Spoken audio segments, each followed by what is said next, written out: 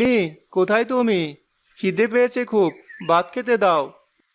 একটু অপেক্ষা করো, এখনই আনছি। মা, তুমিও খেতে বসে পড়ো, একসাথে বসে খেয়ে নিই। আচ্ছা, বসছি।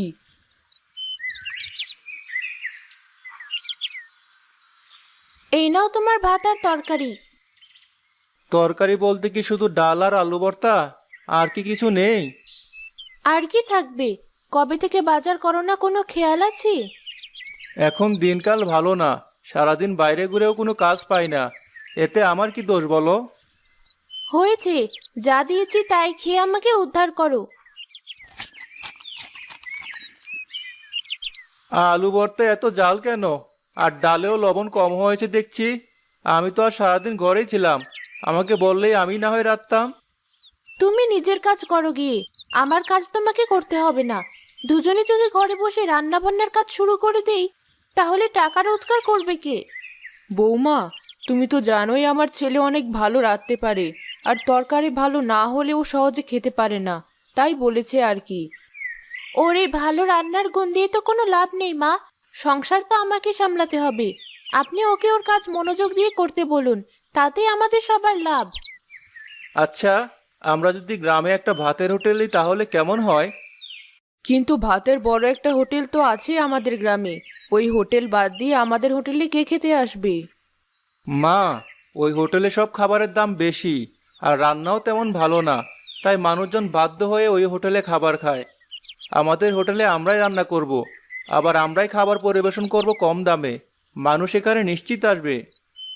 তা না হয় বুঝলাম, কিন্তু একটা ভাতের হোটেল দিতেও তো কম খরচ না। রাস্তার পাশে একটা দোকান ভাড়া নিতে হবে।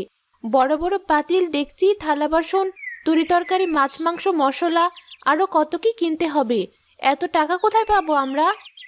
তাও তো কথা, যেখানে নিজেদের জন্য নুন আনতে পান্তা ফুরোচ্ছে, সেখানে অন্যের জন্য ভাতের হোটেল কিভাবে দিব? থাক, বাদ দাও এই পরিকল্পনা। কে বাদ দিবে বাবা? তোর বাবা একটা ভাতের হোটেল দিতে চেয়েছিল, কিন্তু হোটেল দেওয়া তো অনেক টাকা পয়সার ব্যাপার, তাই এই পরিকল্পনা বাদ আপাতত। বাদ কেন? এটা তো খুব ভালো বুদ্ধি। তোমাদের টাকা পয়সার দরকার হলে আমার থেকে নাও। তুই ছোট মানুষ, তুই এত টাকা পয়সা কোথায় পাবি? বাবা, বলে গেলে, স্কুলে দৌড় প্রতিযোগিতায় জিতেছিলাম বলে স্কুল থেকে আমাকে সাইকেল দিয়েছিল, আর বৃত্তির টাকাগুলো আমি এখনো খরচই করিনি। আমার কাছেই জমা আছে, সব মিলিয়ে ভাতের হোটেল খোলার মতো টাকা হয়ে যাবে। তুই তো ওই সাইকেল দিয়ে তোর স্কুলে যাস প্রতিদিন, সাইকেলটা বিক্রি করে দিলে স্কুলে যাবে কিভাবে? হেঁটে যাব। বাবার ভাতের হোটেলটা একবার দাঁড়িয়ে গেলে তখন আবার এমন একটা সাইকেল কিনতে পারবো দাদি। সত্যি, তুই অনেক বড় হয়ে গিয়েছিস। আচ্ছা, তোর টাকাগুলো আন দেখি কত টাকা হয়। আবার সাইকেলটাও বিক্রি করার জন্য বাজারে নিয়ে যেতে হবে। বজলু টাকা পয়সা সব হিসাব করে সাইকেলটা বাজারে বিক্রি করে হোটেলের জন্য সব জিনিসপত্র কিনে তাদের নতুন ভাড়া করা হোটেলে